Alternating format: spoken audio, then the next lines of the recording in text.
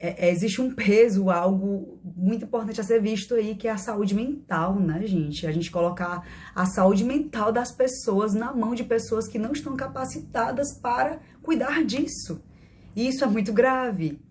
Pode trazer consequências muito ruins, né? E esse viés da constelação familiar traz uma perspectiva bastante machista, né?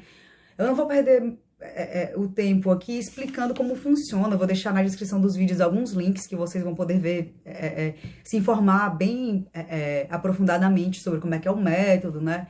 Em que campo que pode ser usado, vem sendo usado até na própria justiça, né? Para conciliar casos, e até que ponto isso é viável, até que ponto isso é realmente bom, e até que ponto as decisões dessas pessoas tomadas nesse contexto estão sendo realmente decisões lúcidas ou estão sendo induzidas por um momento, né? E aí eu trago para vocês esse meu relato, né? Eu queria só compartilhar, vou ler aqui para vocês um trechinho de um post, né, de uma página que eu sigo. Eu não vou citar o nome da pessoa aqui, mas posso deixar o link, né, enfim, a página é aberta. Porque o foco, na verdade, não é a pessoa em si, mas é um sistema, um modus operandi, né? Como se passa a enxergar o mundo a partir dessa lógica das constelações.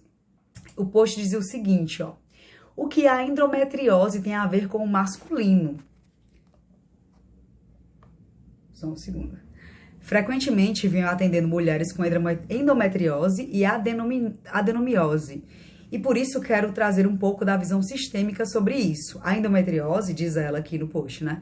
É o excesso da energia yang, ou seja, mulheres que sempre estão fazendo algo, sempre na ação. Por que isso acontece? Normalmente aquilo que nos falta na infância é o que tendemos a procurar na fase adulta. Por isso, mulheres com esse sintoma possivelmente tiveram uma fuga ou uma figura masculina ausente, uma falta de apoio em momentos que precisava, que lhe faltou como base. Essa mulher hoje precisa aprender a colocar limites para ela e para o outro.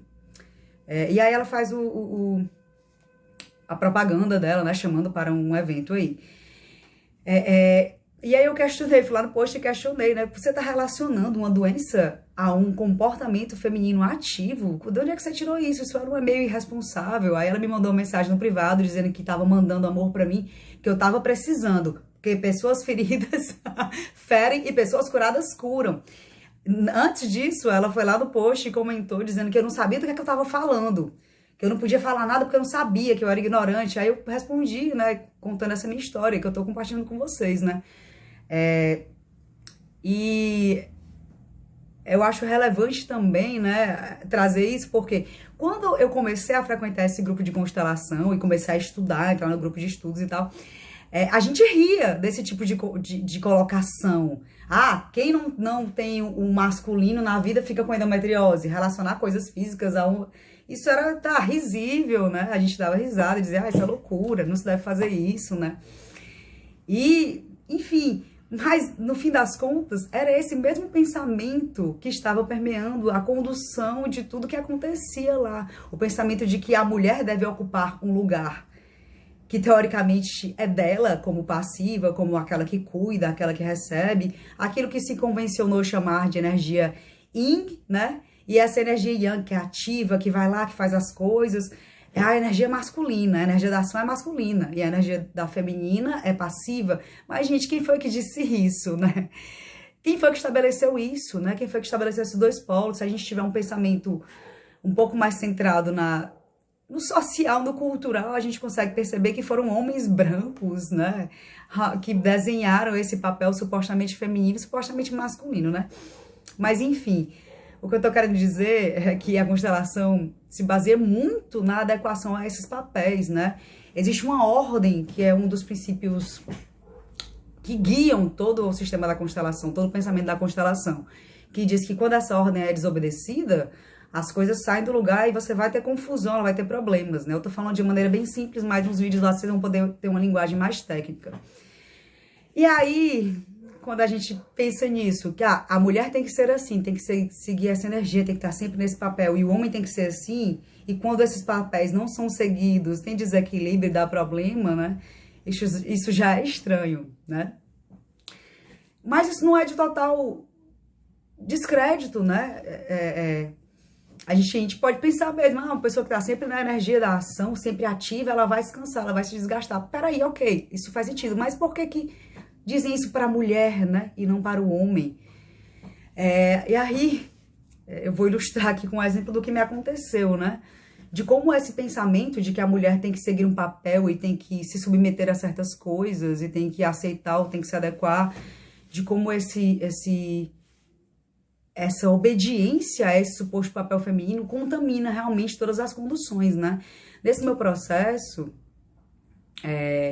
eu acho importante eu dizer aqui que essa pessoa que coordena esse grupo de constelação, do qual eu fiz parte, ela é muito bem qualificada, né? Ela fez cursos, inclusive com a própria Úrsula. Deixa eu só lembrar aqui o sobrenome dela. Uma mulher que foi a seguidora do Bert Hellinger, né? Ursula Frank, perdão. Então, ela fez cursos na Bélgica, em São Paulo, fora do país, em institutos que eram voltados para essa área mesmo. Muito qualificada, fez graduação em psicologia, né? Então, toda aquela conversa que a gente escuta de que a constelação é pseudociência, não tem base, não tem estudo, tudo isso não condizia com o currículo dessa pessoa. E realmente eu acredito que ela seja muito preparada na área e tem muito conhecimento, né? Porque eu mesma fiz a formação e também bebi nessas fontes, né? Li esses livros, né? Esses estudos, esses compêndios lá também, né? Sabendo disso, né? Eu tô falando isso por quê? Porque muitas vezes as pessoas querem reduzir os problemas das constelações a um indivíduo que está praticando a constelação. Geralmente o que a gente escuta quando a gente relata algum problema é mas não é a constelação em si, depende de como a pessoa faz. Mas será que me ofereceram até, me recomendaram grupos de constelação depois de eu ter publicado esses relatos, sabe? Para vocês terem noção de como as pessoas não entendem que não é o grupo em si, não é o local em si, mas é o modus operandi dessa maneira de enxergar a vida, né? E enxergar as relações humanas. Eu vou chegar ao fim, tá? Não quero me alongar muito nesse vídeo, já me alonguei bastante. Mas eu quero contar pra vocês o que me aconteceu, né? O meu relato especificamente, de como um dos problemas que eu levei foi conduzido, né? Eu já tive alguns problemas em relacionamentos, né? Conturbados, fins conturbados, precisei até pedir medida protetiva, né? Enfim, não foi só em um relacionamento, né? Isso aconteceu algumas vezes. E aí eu levei esse problema para esse lugar, né? Para esse lugar de terapia, para esse lugar de constelação familiar e também para essa terapia privada, particular, né? Com a consteladora que tocava esse grupo. E eu fui tratada da seguinte forma, né? Sempre com esse pensamento que a constelação traz de que a vítima é uma vingança, ocupar o papel da vítima é uma das vinganças mais refinadas. Isso é uma fala do Bert Hellinger, né? Ele diz também que a vítima não procura resolver o problema, mas que ela procura alguém para apoiá-la, né? Naquela vingança, algo mais ou menos assim. E aí eu fui conduzida a algumas sessões de meditação guiada, né, por essa consteladora, por essa terapeuta, em que ela trouxe a ideia de que esse problema vinha se repetindo na minha família ao longo de várias gerações, né, de que havia sempre o conflito entre o masculino e o feminino em várias gerações da minha família. Aí a gente fez uma espécie de não é uma regressão, né, mas a gente vai analisando, isso é uma das técnicas da constelação também, né, a gente vai analisando as gerações anteriores, né? Vai tentando entrar em contato com os parentes, né? Os antepassados de cada geração para localizar onde surgiu aquele problema que está interferindo na nossa vida no hoje, né? É assim que se dá o processo. E aí, ela me conduziu nessa meditação guiada e chegou até um momento em que ela visualizou um menino que era muito maltratado pela mãe, que não era desejado pela mãe, então a mãe tratava ele mal e ficava aquela coisa, e na infância vários eventos traumáticos que a gente não conseguia dizer quais eram, né, mas ela sentia lá que tinha um evento traumático, e aí isso, por várias gerações da família, mais desse determinado parente lá, desse determinado antepassado, aconteceu que ele ficou adulto, e no futuro ele adulto, ele se vingou dessa mãe, que sempre o tratou mal. Então, essa violência lá masculina do homem, né, desse homem adulto que vai e mata a mãe, na verdade era um reflexo, né, do tratamento ruim que a mãe dele tinha dado ao longo de toda a vida dele, né. Isso naquele momento, parecia fazer muito sentido. E quando você está num ambiente, tem toda essa coisa do sugestionamento, né? Essa coisa de, apaga a velinha, bota uma luzinha, meditação guiada, eu tô visualizando, eu tô sentindo isso. Quando você leva um problema desse tipo para o espaço de terapia e a pessoa diz que tá sentindo, que ela sabe que o problema tá ali, você é levada a acreditar, né? E assim, falando agora, parece tão inocente, né? Eu vejo o pessoal falando aquela frase, né? O golpe tá aí, cai quem quer. Mas não é assim tão simples, né, gente? Existe todo um sistema que te conduz. E eu tô falando isso aqui, mas é muito, muito difícil para mim até estar agora falando isso, né? Foram, acho que cerca de 4 meses atrás que eu consegui sair desse lugar. E que eu tô agora olhando com esse olhar mais crítico e me apercebendo das situações, do sugestionamento e de como essa visão machista, né, e de sempre estar relativizando a agressão, o agressor, né, sempre tá colocando a vítima no lugar questionável, porque a vítima tá querendo alguma coisa ali que não é simplesmente resolver a situação, né, meio que uma posição de alguém de quem se deve desconfiar, né. E ainda mais tem a história da Ordens do Amor, que inclusive é o título de um dos livros do Bert Hellinger, que ele coloca que todos os desequilíbrios no sistema, ou seja, esses casos de violência, de agressão e todos os outros casos que a gente vê, até chegando, por exemplo, em estupro de membros da família, né? Incesto, e aí vai. Tudo isso aí é desequilíbrio no sistema, porque alguém saiu do seu lugar. Aquele lugar que eu falei inicialmente, né? Alguém saiu do seu lugar, então por isso que houve aquele desequilíbrio. Então não há nem nada a ser perdoado. Isso também é uma das frases que está num dos livros lá, que são essas coletâneas do Bert Hellinger, né? Não há nem nada a ser perdoado, porque tudo era um desequilíbrio.